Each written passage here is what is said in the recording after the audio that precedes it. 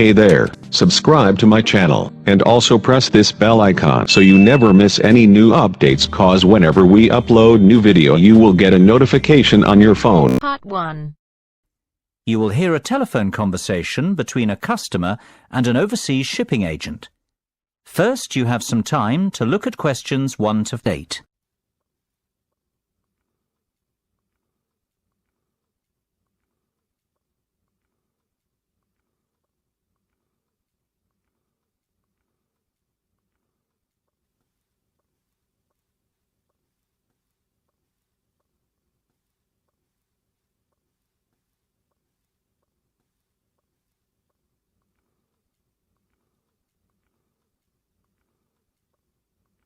You should answer the questions as you listen, because you will not hear the recording a second time. Listen carefully and answer questions 1 to 8. Good afternoon, Denham's Shipping. How can I be of service? Well, I wish to inquire about sending a container of personal items from the UK to Ireland. No problem. Would you like me to give you an estimate of the cost? Yes, please. Well, first of all, may I take your details? Of course. My name's Tim Lafferty. Could you spell your surname for me, please, Tim? Yes, it's Lafferty. L-A-F-F-E-R-T-Y. Thank you, Tim. Now, where would you like us to pick your container up from? My university, if possible. OK. Let me make a note of the address. It's Abbeyfield University. Is that A-B-B-E-Y-F-I-E-L-D? That's right. Park Street, Brighton. Perfect. And may I take down your postcode too? It's BR8 9P3. Great. Thank you, Tim. Have you the container's measurements? I do. It's approximately 2.5 metres long by 1.25 metres wide. I see. Quite a big one then. Indeed. And the height? I make it 1.20 centimetres deep. So that's 2.5 by 1.25 by 1.2. Right. And what will actually be in the box, Tim? Oh, mostly old uni books. OK. And some music albums.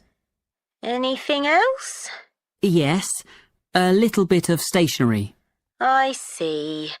And could you put an estimate on the value of the items? The books are quite valuable. They're worth around £1,800. The music albums, maybe half that, say £900. And you can put the stationery down as £300.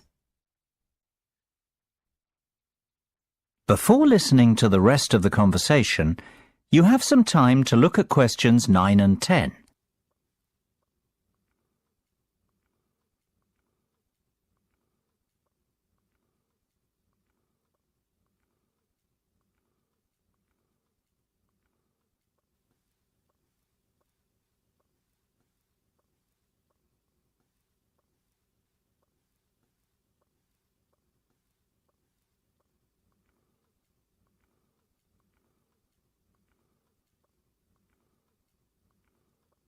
Now listen and answer questions 9 and 10.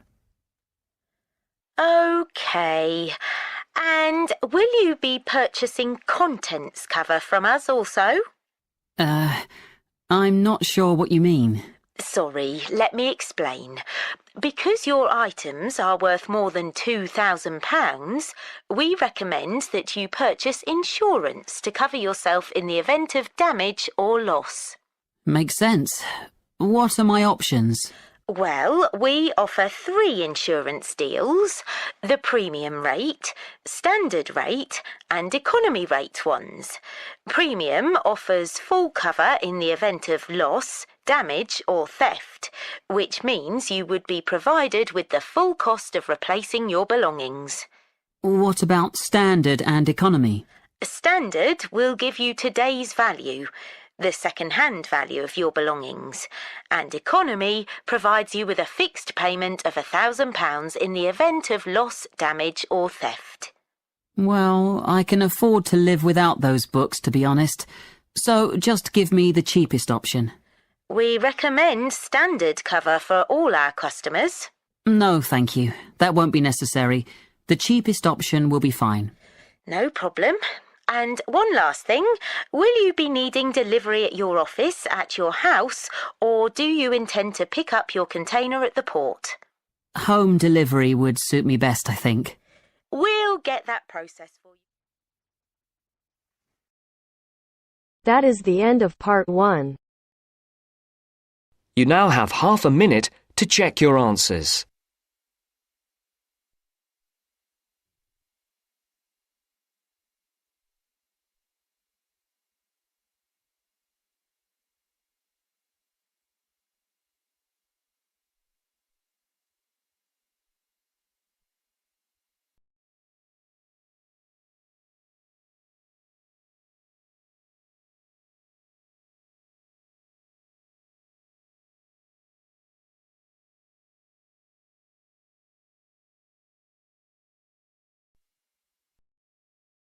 Part 2.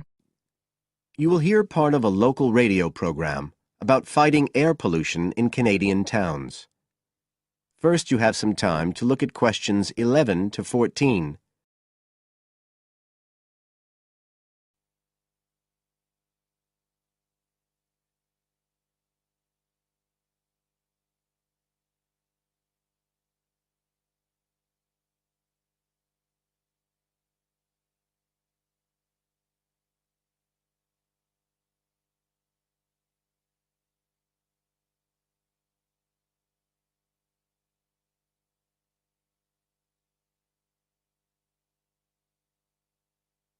Now listen carefully and answer questions 11 to 14. Good morning, folks, and welcome to the information roundup on your own local radio station. This is Larry Knowles talking to you this morning on Tuesday, the 25th of May. And the first item coming up is a reminder to you all out there about Canadian Clean Air Day, which is on June 6th. In case you weren't around for the last one, this is a chance for Canadians everywhere to focus on the problems of air pollution and to actually try to do something to help reduce the problem. How many Canadians do you think die annually because of air pollution? 2,000? 3,000? Well, the rate is a staggering 5,000, and it's likely to grow unless we do something. And it's this concern with your health that's the driving force behind the government campaign that is sponsoring Clean Air Day. So what causes air pollution in the first place? Well, the transportation sector accounts for 27% of all greenhouse gases produced in Canada. It's also the biggest source of that thick, polluted air from traffic fumes that we call smog. And it's the tiny particles and ground-level ozone in smog that are the main causes of health problems and even deaths across the country. Of course, it's worse in the big cities, but researchers have only recently realized that all you need are low levels of air pollution to seriously damage your health, so we're all at risk. You now have some time to look at questions 15 to 20.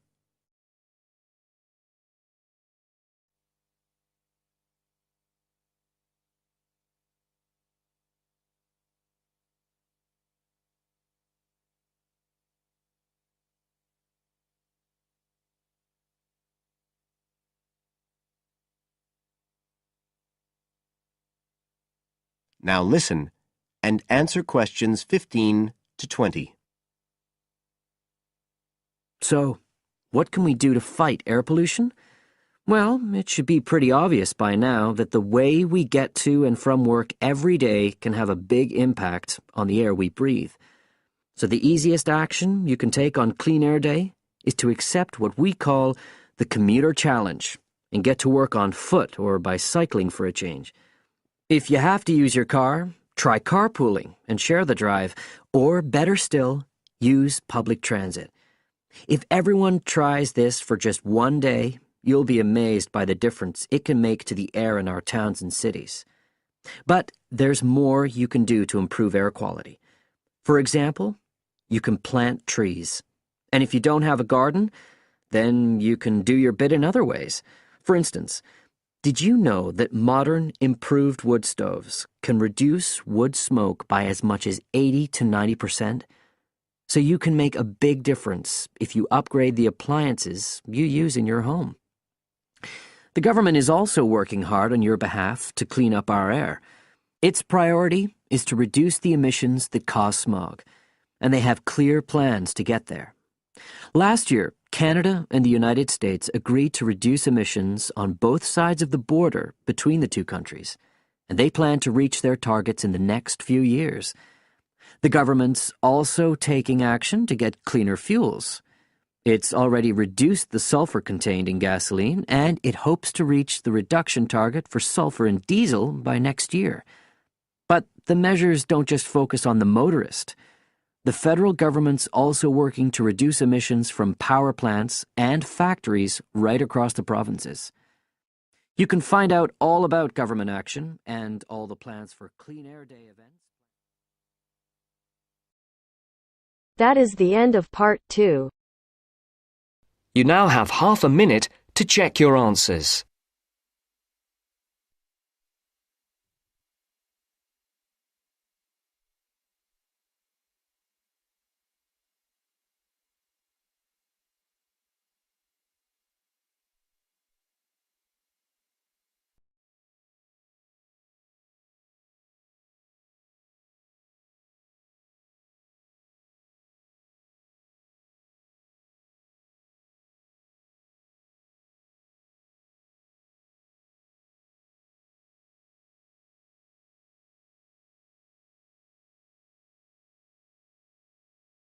Now turns to part 3.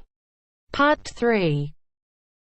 You'll hear a conversation between Astrid and Henry about the lecture they've just heard. First, you have some time to look at questions 21 to 24.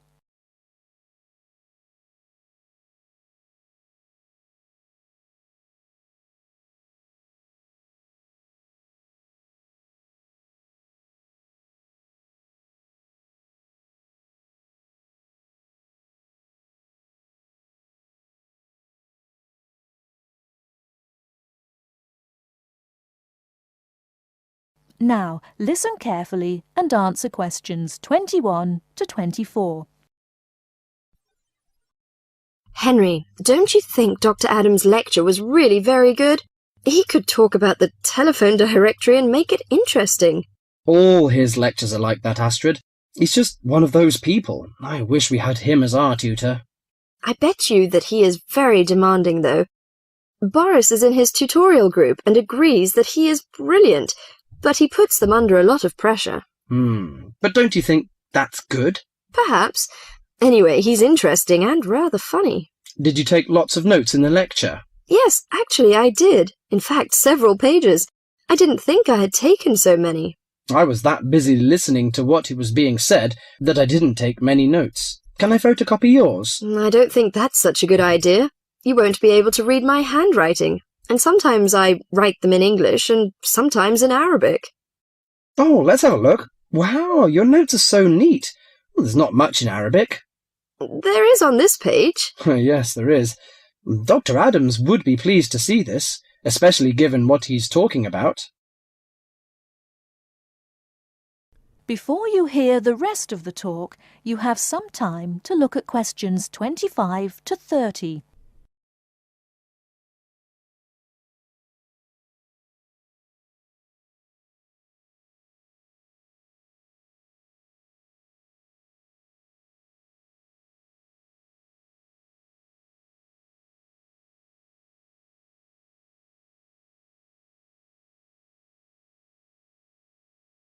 Now listen and answer questions 25 to 30. Don't you keep careful notes? Sometimes. It depends on the lecture. I don't think I'll forget Adams's lecture today, but some of the details will fade. I type up everything afterwards, so you can have a copy then, and you can fill in anything I've missed. I'm not so good on the broader concepts. I'm better when it comes to detail. Just what Adams was talking about. Well, I am definitely a detail person.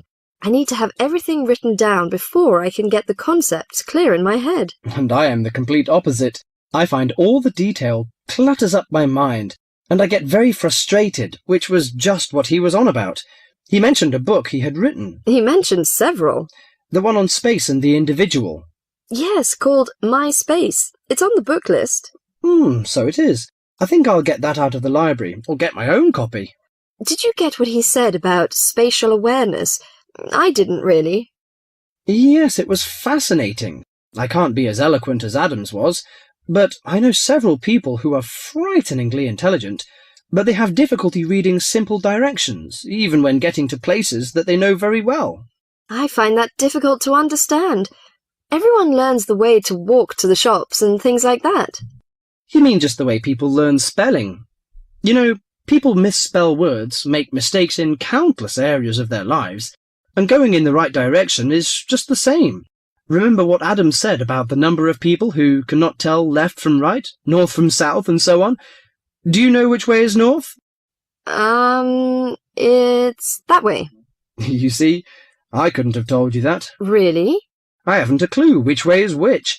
That's why I'm always getting lost when I go out on my bike. And put me in a completely new place and I am totally lost. What about maps? Oh, I'm hopeless at reading them. But then you're brilliant at writing essays and getting all the ideas down in the right order, and I don't know where to start. Again, just what Adams was talking about. What we need to do is combine our skills. You teach me to cope with detail, and I'll teach you how to string concepts together. Okay, we can do that. That is the end of part 3. You now have half a minute to check your answers.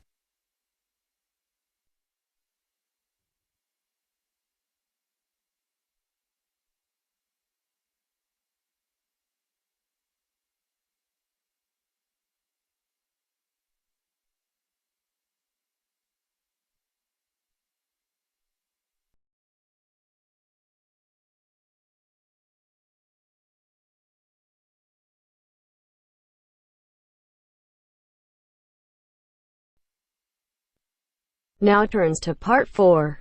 Part 4. You will hear a presentation by a student about a website she has designed for a supermarket. First, you have some time to look at questions 31 to 40 on pages 113 and 114.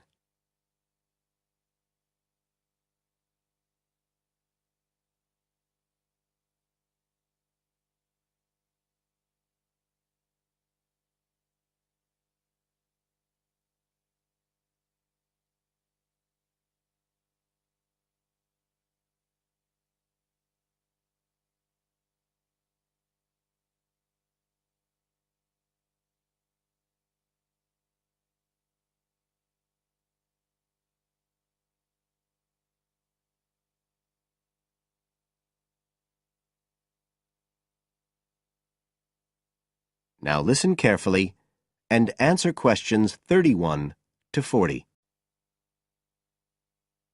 For my website design project, I decided to approach SuperSave supermarkets because I have an evening job at the supermarket, so I already have a slight insight into their organisational goals and workings. The field research for my project was in 2 stages. First, I had an interview with Mr. Dunn, who is in charge of SuperSave's customer care department. I discussed the project with him in order to identify the supermarket's requirements. Mr. Dunn said customers are often unwilling to make a face-to-face complaint when they've experienced difficulties with a product or a member of staff or anything related to the supermarket. So he said a website which allowed members of the public to get in touch with the organisation and bring the problem to their attention in a private manner might be very useful, and we agreed that I'd work on this. For the second stage of my research, I devised a questionnaire to put to SuperSave customers. I needed to find out about the customers' experiences of problems together with their attitudes towards making complaints, both directly and indirectly. I used a mixture of closed questions, such as, have you ever experienced a problem at any SuperSave store? And open questions, such as, what would you find helpful about a customer complaint website? I decided to do interviews rather than rely on distribution of the questionnaire, as I felt this was likely to lead to a higher take-up rate. I visited 4 SuperSave stores, 2 in the city centre and 2 in the outskirts, and altogether I interviewed 101 respondents. Then finally, I analysed the results.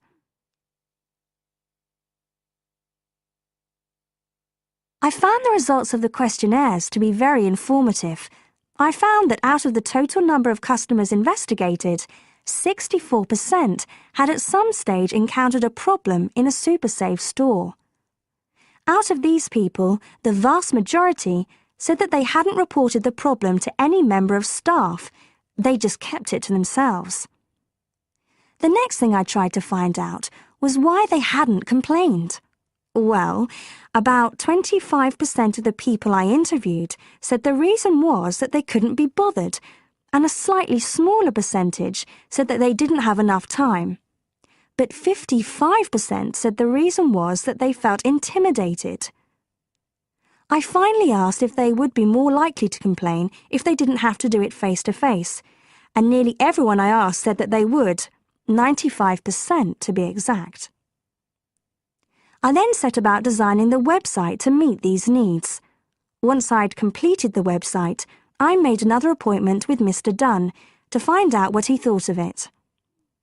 Mr. Dunn said he felt that the pages would benefit his organisation by giving customers a new way of expressing their complaints and by making it easier to collect complaints, identify specific places where service and customer care were not as good as they should be, and act upon them accordingly. SuperSave is already a highly customer-orientated organisation, and he thought our website would be an excellent addition to their customer care effort. This is all well and good, but there still remains the general problem with websites, that there's the lack of access to online computers. Surprisingly, in my survey, I found that 88% of those interviewed had access to the internet, which I felt was quite high. But this access wasn't always direct. For some people, it was through their children and grandchildren and neighbours and so on, rather than being readily available in their own homes. This could prove to be a major drawback to the site, but it is still better to have it now to get the edge over competitors, however slight, and in the very near future, it is expected that almost everyone will have direct access to the internet. Another thing to consider is that at the moment I can only base our conclusions on data gathered from a tiny fraction of the supermarket's customer base. In order to get a better idea of how the site is doing and to see how well I have met my objectives, the site will need to have been up and running for at least a few months. After this time, it'll be possible to see whether or not people are actually using the site and if it's helping to make improvements to their customer service. It would also be interesting to study the effect of the site on staff at the supermarket. Morale could be dented as more complaints come in. Staff may feel they are being unfairly criticised and that there is no need for another way for customers to complain. But also, the site could boost morale by making staff come together to overcome the constructive criticism, and they may gain more job satisfaction by knowing that they are making a difference to the customer. So, overall, I feel my website has met my objectives, but there is scope for improvement and expansion. Are there any questions? That is the end of part 4.